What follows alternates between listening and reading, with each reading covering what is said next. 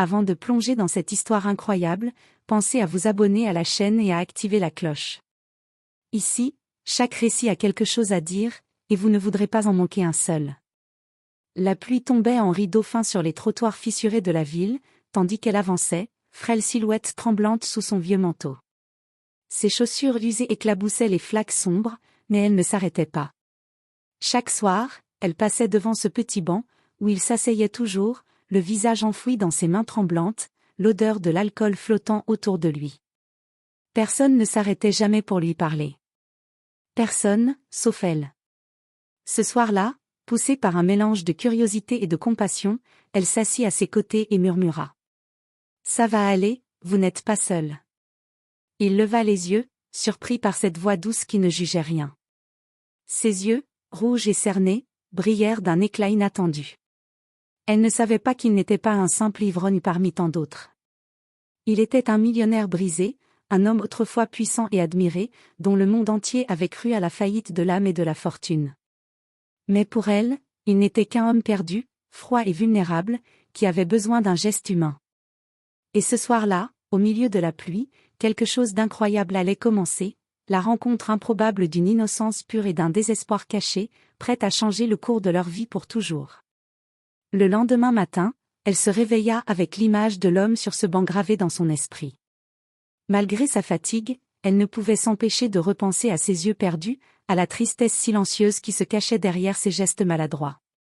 Après sa journée de travail harassante, elle retourna au même endroit. Et là, il était encore. Sa bouteille vide gisait à côté de lui, et il semblait résigné à attendre que le monde continue de l'ignorer. « Bonjour, vous voulez un café ?» demanda-t-elle timidement. Il la regarda, incrédule, comme si personne ne lui avait jamais offert quelque chose de simple, sans arrière-pensée. Il hocha lentement la tête, et elle lui tendit le gobelet chaud.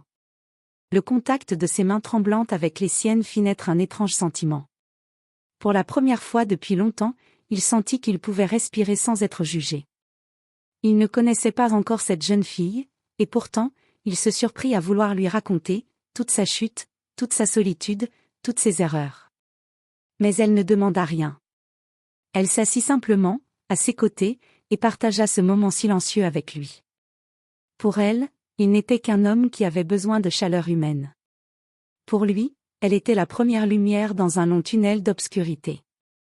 Et ce simple geste allait être le début d'une histoire qui changerait leur vie à jamais. Les jours passèrent, et chaque soir, elle revenait le voir. Ils parlaient peu, mais un lien fragile se tissait entre eux, fait de sourires timides et de gestes attentionnés. Elle ignorait tout de son passé, et lui n'osait pas briser l'illusion d'un simple ivrogne égaré. Un soir, alors qu'elle lui apportait un sandwich chaud, un journaliste passant par là s'arrêta et murmura. « Excusez-moi, monsieur, vous êtes, monsieur Laurent Delval, le propriétaire de Delval Industries ?» Il la regarda, le visage pâle, mais la vérité éclata. Sous ses habits froissés et son regard fatigué se cachait un homme dont la fortune et le nom faisaient trembler le monde des affaires. Elle recula d'un pas, choquée et incrédule.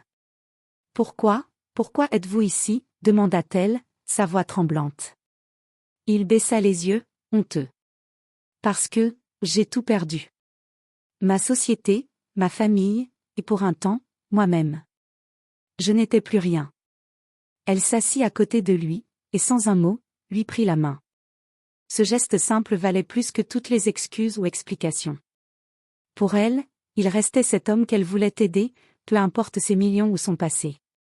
Ce soir-là, sous la lueur des lampadaires, quelque chose changea.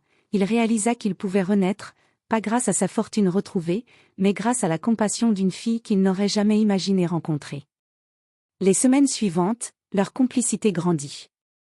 Elle continuait de le voir sous son apparence simple, et lui retrouvait peu à peu confiance en lui, encouragée par sa présence constante et son sourire sincère. Mais le monde extérieur n'allait pas rester silencieux très longtemps. Un matin, alors qu'il essayait de récupérer quelques documents pour relancer une partie de son ancienne entreprise, des journalistes et des paparazzis le reconnurent. La nouvelle se répandit comme une traînée de poudre. Laurent Delval, le milliardaire tombé en ruine, aperçu dans les rues avec une jeune inconnue. Elle vit soudain tous les regards se poser sur eux. Certains la jugeaient, d'autres la soupçonnaient de profiter de lui. La compassion et la simplicité qui avaient tout rapproché furent menacées par le poids du monde extérieur. Ne pars pas, murmura-t-elle, la voix tremblante. Il la regarda et, malgré la tempête autour d'eux, il serra sa main. Jamais. Tu es la seule chose vraie dans tout ce chaos. Mais alors qu'ils pensaient que leur lien pourrait les protéger, une ancienne associée de Laurent surgit, déterminée à le ramener à la réalité cruelle du monde des affaires. Ses intentions ? Détruire sa tentative de renaissance et l'éloigner de celle qui lui redonnait espoir. Ce soir-là, sous la pluie battante, il comprit que retrouver sa vie ne serait pas seulement une question d'argent ou de réputation, mais de protéger celle qui avait cru en lui quand personne d'autre ne l'avait fait. L'ancienne associée de Laurent ne tarda pas à passer à l'action. Elle l'accusa publiquement de malversation, menaçant de détruire tout ce qu'il essayait de reconstruire. Les médias se déchaînèrent, et pour la première fois depuis longtemps, Laurent sentit le poids de son passé ressurgir. Mais cette fois, il n'était pas seul. Elle, la fille qu'il avait trouvée au plus bas, resta à ses côtés. Ensemble, ils affrontèrent les rumeurs, les critiques et les pièges tendus par ceux qui voulaient le voir tomber à nouveau. Chaque geste d'encouragement, chaque sourire échangé, renforçait leur lien. Un soir, après une longue journée de lutte, il la regarda droit dans les yeux. « Tu m'as sauvé bien plus que tu ne le penses. Tu m'as montré que même brisé, on peut renaître. » Elle lui sourit, les yeux brillants de larmes retenues. « Et toi, tu m'as appris à croire que la bonté existe encore. » Dans ce chaos, une vérité simple émergea, ni la fortune, ni le pouvoir ne pouvaient remplacer la chaleur humaine et la confiance partagée. Laurent décida de reprendre sa vie en main, non pour retrouver ses anciennes richesses, mais pour bâtir quelque chose de plus précieux, un avenir où lui et elle pourraient enfin être libres, ensemble. Alors que la pluie s'arrêtait et que les premières lueurs de l'aube perçaient le ciel, ils marchèrent côte à côte, prêts à affronter un monde qui, pour une fois, semblait leur appartenir.